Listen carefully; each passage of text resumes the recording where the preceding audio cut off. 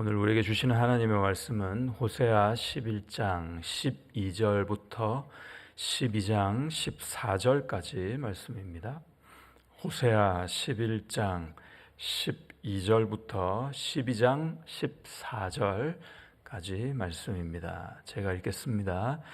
에브라임은 거짓으로, 이스라엘 족속은 속임수로 나를 애워쌌고, 유다는 하나님 곧 신실하시고 거룩하신 자에게 대하여 정함이 없도다. 에브라임은 바람을 먹으며 동풍을 따라가서 종일토록 거짓과 포학을 더하여 아수르와 계약을 맺고 기름을 애굽에 보내도다.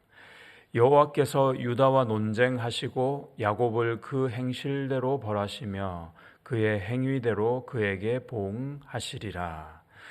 야곱은 모태에서 그의 형의 발 뒤꿈치를 잡았고 또 힘으로는 하나님과 겨루되 천사와 겨루어 이기고 울며 그에게 간구하였으며, 하나님은 베델에서 그를 만나셨고 거기에서 우리에게 말씀하셨나니 여호와는 만군의 하나님이시라. 여호와는 그를 기억하게 하는 이름이니라.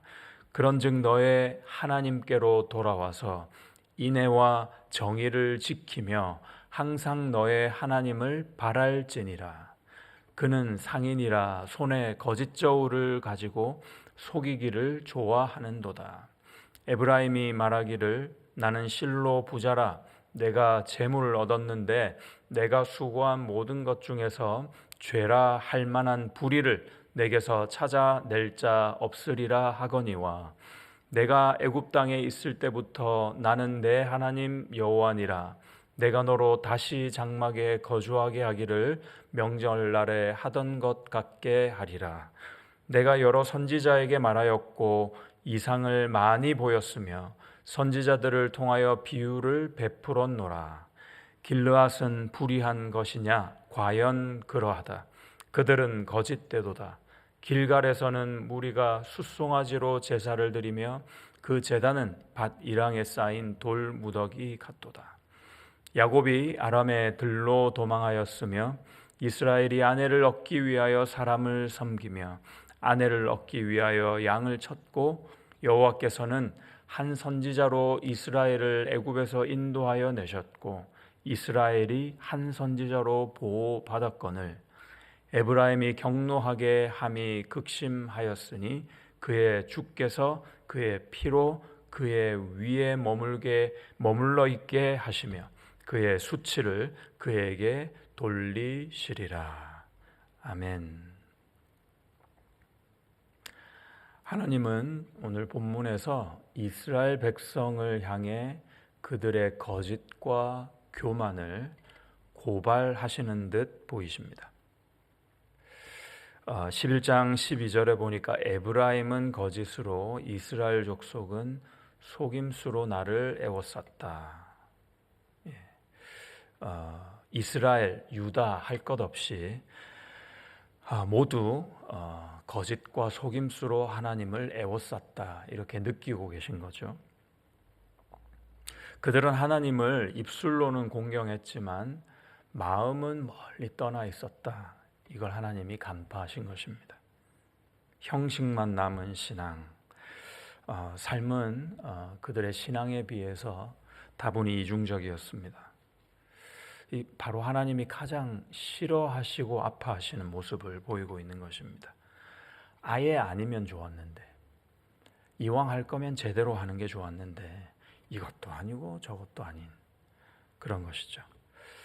우리도 이렇게 인간관계에서 가까이 하기에 가장 힘든 사람이 개인차가 있겠습니다마는 겉과 속이 다른 사람이 아닌가 싶습니다. 함께 있을 때는 그냥 좋은 말로 그런 태도로 나와 함께 하지만 뒤에 가서는 자꾸 다른 말을 한다는 거죠. 그런데 그걸 내가 알게 되면은 그 순간부터는요, 이 사람과 함께하기 힘듭니다. 하나님께 나아가는 이스라엘 백성들, 그 자녀들의 모습이 정말 겉과 속이 다른 모습으로 나아가고 있었고, 하나님은 그것을 너무나도 잘 알게 되셨다. 그러나 하나님은 사람과 다릅니다. 우리와 다릅니다. 이런 백성이라도 그냥 버리지 않으시는 겁니다. 끝까지 책임지시듯 이끌고 가십니다. 거짓된 그들은 진실함으로 이끌고 가시고, 속이는 그들, 교만한 그들은 하나님의 은혜가 무엇인지 끊임없이 바꾸고 또 교정하기를 원하시는 마음에서 말씀하신다는 것입니다. 이렇듯 이스라엘의 신앙은 겉보기에는 아주 화려했습니다. 성전에서는 제사를 계속 드리고 있었고요. 그리고 입으로는 하나님을 찬양하며 사랑한다라고 고백하고 있었나 봅니다. 그런데 성전 밖에만 나가면 문제가 되는 거예요. 바알과 아세라를 섬기던 그들의 모습입니다. 입술의 신앙과 그 삶, 행동, 그 마음의 중심의 신앙이 따로인 모습입니다. 하나님은 그것을 두고 도무지 나를 애워싸고 있는데, 거짓과 속임수로 애워싸고 있는데 다른 면을 찾아보기가 힘들다는 겁니다. 다르게 빠져나갈 구석이 없을 만치 그들의 모습이 거짓과 속임수로 하나님을 대하고 있었다 하는 것입니다. 이단도 그렇지 않습니까? 이단과 사이비 종교들 보면은 신천지, JMS 이런 교주들 보면은 그냥 그들의 교리와 합당한 말들을 그들 나름대로의 가치 기준에서 얘기하고 있는데, 그 교주들 민낯은 누가 잘 알고 있을까요? 가족들입니다. 아내에게 가서, 그리고 그 자녀들에게 가서, 야, 너희 아버지가 진짜 정말 메시아라고 생각해? 물어보면 아마 답은 뻔할 겁니다. 다 아니까요. 하나님이 그렇게 우리를 다 아신다는 것이죠. 그들을 너무나도 정확히 알고 있었습니다. 말로 속일 수 있는 분이 아닌 것이죠. 오늘 우리의 모습은 어떤가? 주일에는 예배하는데 월요일부터는 세상을 의지합니다. 의존합니다. 하나님은 그런 형식이 아닌 진실한 마음의 예배를 원하시는 것입니다. 예수님께서도 이사야 말씀을 인용하시며 이렇게 말씀하셨죠. 이 백성이 입술로는 나를 공경하되 그 마음은 내게서 멀다. 그럼 과연 어떻게 하면 진실할 수 있을까? 이것이 관건입니다. 그 해법을 오늘 본문에 야곱의 예를 들어 설명을 하고 계십니다. 3절 이하에 보시면 야곱을 태생적으로 속이는 자다, 발꿈치를 붙잡고 태어나고 그리고 형을 속이고 아버지를 속였던 자, 그야말로 사기꾼 아닙니까? 그 야곱을 예로 들고 계시다는 겁니다. 평생 꾀로, 자기 꾀로 살았던 사람입니다. 그러나 하나님은 그를 버리지 않으셨다. 여기에 방점이 있습니다. 그래서 하나님이 야복강에서 야곱을 만나 주시죠. 천사와 씨름하는 모습으로 만납니다. 근데 특이한 내용이 여기 있죠. 4절에 보시면 그때 야곱이요, 하나님께 울며 간구했다고 합니다. 막 싸우고 있는데요. 그러면서 대뜸 하는 말 속에 막 울음이 곁들여 있었다는 거죠. 그 내용이 뭐였냐 한번 다시 찾아보니까 창세기 32장 26절에 야곱이 막 싸우다가 이런 말을 합니다. 당신이, 천사에게 얘기하는 거죠. 나에게 축복하지 아니하시면 가게 하지 않겠습니다.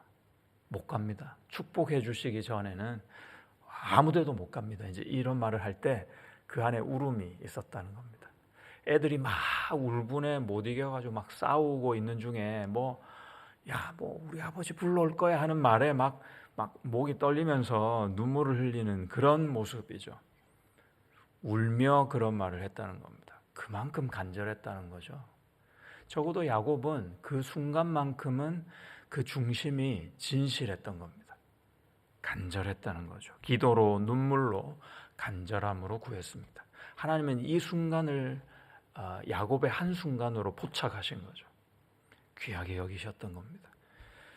그때 하나님은 그의 이름을 야곱에서 이스라엘로 바꿔주셨습니다. 거짓된 야곱, 그가 진실된 사람으로 변하는 것이죠.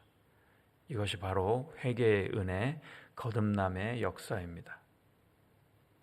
그러니 5절, 6절에서처럼 너의 하나님께 그 똑같은 야곱의 모습으로 돌아오라는 겁니다.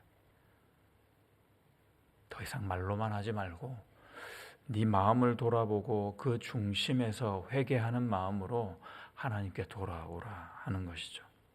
돌아와서 뭘 하라고 하시냐면 인의 정의를 지켜라 하는 겁니다. 그러니까 이 돌아오라라는 하나님의 요구는 그냥 단순한 감정만 돌아오라 하는 것이 아니고요. 인의 헤세드 아닙니까? 사람의 사랑과 다릅니다. 하나님이 내 사람에게 하나님이 내 뱉으신 말씀을 신실하게 지키는 가운데 그들을 사랑하고 그들을 이끌어가는 것이 인애입니다. 충실한 사랑이죠. 행함이 있는 사랑입니다. 그리고 정의는 미시파트거든요. 미시파트는 어떤 관념적인 가치 기준만 얘기하는 것이 아니라 그 가치와 기준대로 살아내는 모습을 말합니다. 그것이 정의입니다. 진정한 회개는 눈물에서 행동으로 이어지는 그 사랑, 그 정의를 말씀하죠. 예배를 드린다면 삶으로 드려야 합니다. 하나님을 찬양한다면 입술뿐만 아니라 내 중심 어린 마음으로 드리는 것입니다. 삶이 곧 예배입니다. 이것이 하나님께서 원하시는 진실된 성도의 예배, 그 예배자의 모습입니다. 그런데 이들이 그게 무너져 있었던 거잖아요. 삶의 예배가 무너진 그 자리에 거짓 풍요와 자기 기만이 기생하고 있었습니다. 7절과 8절을 보시면 그들은 거짓 저울을 달면서 돈을 벌었다는 겁니다. 그러면서 이렇게 이야기합니다. 나는 부자다. 내 모든 수고에서 불의한 것을 찾아낼 수가 없을 것이다. 이것이 이중 범죄입니다. 불의한 방법으로 자기들이 돈을 벌고 살고 있었는데도 그 부를 하나님의 정당한 축복이다라고 여겼던 겁니다. 이거 착각이죠. 내 삶이 잘 풀리고 잘 되고 있다고 해서 하나님이 그것을 인정하고 있다라고 착각하고 있는 겁니다. 어려운 게 없어요. 경제적으로도 괜찮고 관계도 괜찮고 그냥 다 원만한 겁니다. 그렇다고 하나님이 내 삶을 축복하시고 하나님이 정말로 나의 영과 나의 마음까지도 인정하고 계신 것은 아닐 수 있다는 겁니다. 내가 부자인 게 하나님이 나를 인정하고 있다는 증거야 라고 떠들고 있는 겁니다. 이 말은 신앙이 아니라 자기 기만입니다. 무지한 겁니다. 물론 하나님은 그 부 자체를 죄라 하지는 않으십니다. 문제는 무엇이냐? 부를 의지하는 그 마음. 하나님께 가까이 나아감이 없는데 하나님께 복을 받고 있다고 하는 아무런 문제가 없다고 여기는 그 마음이 문제입니다. 하나님의 은혜에 큰 관심이 없는 단지 편안함과 자기 안락만 추구하는 그 마음이 문제입니다. 그래서 그들을 향한 하나님의 절규가 이어지는 겁니다. 기억하라 하는 것입니다. 기억하라. 그걸 기억하고 돌아오라는 것입니다. 나는 애굽 땅에서부터 너의 하나님 여호와이지 않느냐. 그 사실을 기억하라는 겁니다. 십계명에서도 서문으로 나오는 내용이죠. 오늘 우리에게는 이렇게 들립니다. 나는 너를 사랑해서 아들까지 버리고 너를 이끌어낸, 너를 죄에서 건져낸 너의 아버지가 아니냐. 그 사실을 바로 이 순간에라도 기억하라. 너희가 누구인지 또 내가 너희에게 어떤 하나님인지 기억해라. 그 말씀을 선지자들을 통해서 여러 가지 모습들을 통해서 끊임없이 말씀하셨고요. 오늘 우리로 따지면 귀한 말씀으로 또 예배 가운데 또 순간순간 우리가 묵상하는 그 하루의 일과 속에서 하나님은 끊임없이 말씀하십니다. 하지만 이 백성들은 듣지 않았고 당연히 길르앗과 길갈은 우상의 제단이 되어버립니다. 형식만 남은 종교로 타락한 것입니다. 그날이 오기 전까지는 괜찮습니다. 그런데 그날이 올 때는 이런 모든 것이 심각한 문제가 될 것입니다. 포기하지 않는 하나님이 12절부터 야곱을 다시 등장시킵니다. 보십시오. 하나님의 은혜가 그에게 있었음을, 그러니까 야곱에게 하나님의 은혜가 있었지 않느냐, 그리고 이스라엘 백성들에게 모세를 통한 하나님의 은혜가 있지 않느냐 하는 그것을 상기시키고 계신 것이죠. 기억하라는 겁니다. 야곱은 빈손으로 아람에 갔지만 하나님의 은혜로 많은 가솔들과 가축대를 끌고 나오게 됩니다. 이렇게 복을 받았어요. 이유는 하나입니다. 하나님의 은혜가 그에게 있었다. 또 이스라엘은 모세라는 하나님의 선지자를 통해 애굽에서 나오게 되는 구원을 경험하게 되었는데 그 이유가 무엇이다? 그의 인생 가운데, 그리고 이스라엘 백성들 가운데 하나님의 은혜가 있었다. 그랬는데도, 그럼에도 불구하고 마지막 절 보면 14절에서 에브라임 곧 이스라엘은 여호와 하나님을 업신여겨서 그만 하나님을 경노케 하였습니다. 이거 하나님이 보응하시겠다 하시죠. 이런 자식들을 위한 부모의 선택지는 딱 하나밖에 없습니다. 매를 드시는 겁니다. 아니, 버릴 수는 없으니까 매를 드시는 거죠. 포기하지는 못하시니까. 하나님은 은혜를 잊은 교만한 백성을, 그 자녀들을 징계하십니다. 부모가 자녀를 사랑하기에 회초리를 드는 것처럼 하나님의 징계는 사랑의 부르심으로 이어지게 됩니다. 결론은 뭐냐면 그렇게 맞기 전에 돌아오면 좋겠습니다. 그 한날 그 순간이 임하기 전에는요, 나에게 아무런 일이 일어나지 않습니다. 그냥 하나님이 참으시거든요.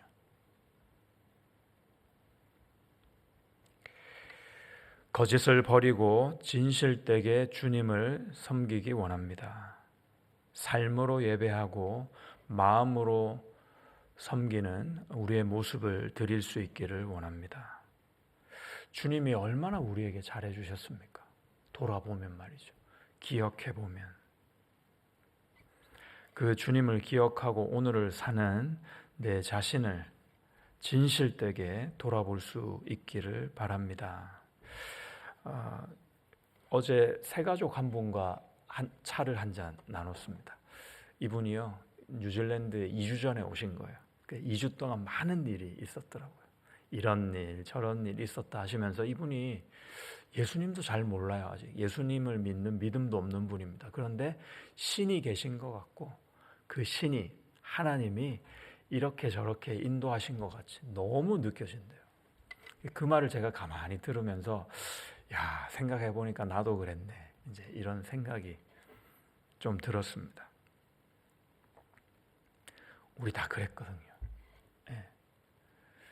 그때 그 하나님이 그렇게 도와주시 않으셨다면 오늘의 내가 있지 않았을 것입니다. 하나님이 그거 기억하고 돌아오라 하십니다. 정말 진지하게 내 중심을 살피고 내 삶이 괜찮은지, 내 진정한 모습은 내 주위 사람들에게 투영돼서 나옵니다. 반사돼서 나온다고요. 주위 사람들이 하나님이 우리에게 축복으로 심어두신 그런 영적인 거울입니다.